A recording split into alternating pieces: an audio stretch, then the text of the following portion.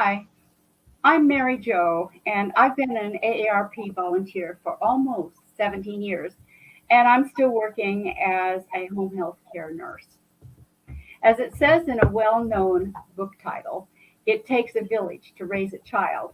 This too applies to the person needing care, full time or otherwise.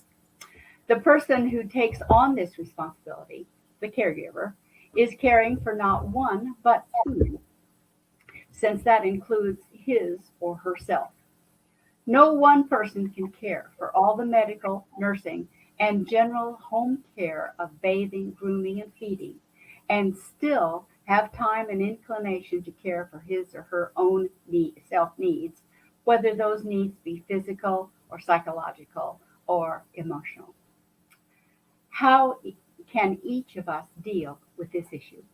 Well, if you care about the caregiver, you can ask or simply take on specific needs like respite care to relieve the caregiver, or offer to do special home care needs, or provide social time with the person in need, or, well, you get the picture.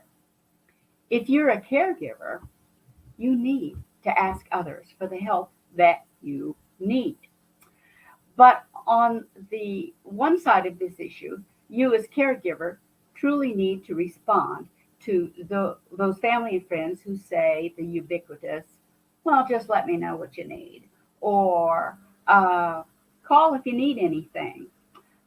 Caring for yourself is one of the major needs of the person you're caring for.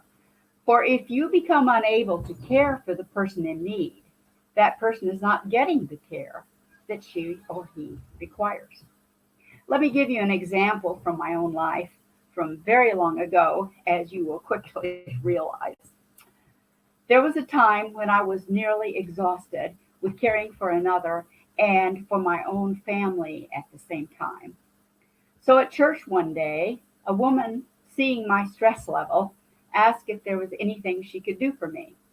Well, being exhausted and stressed, I was a little sarcastic too, and I suggested that she could do my laundry and ironing. Now, I could see the shock on her face, and even though we went our separate ways, she and a friend showed up at my door the next afternoon, each with an iron and each with an ironing board. So they did my laundry and the ironing and sang hymns to me and my patient all afternoon. Later, both women told me what a delightful afternoon that had been.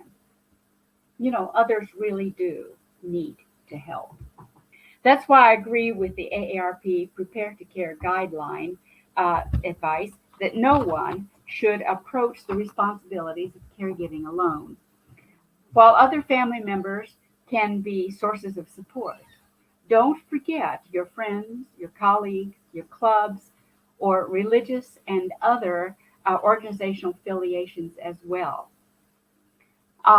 One I can tell you for sure is that don't forget the veterans organizations, which can help you with equipment of just about any kind.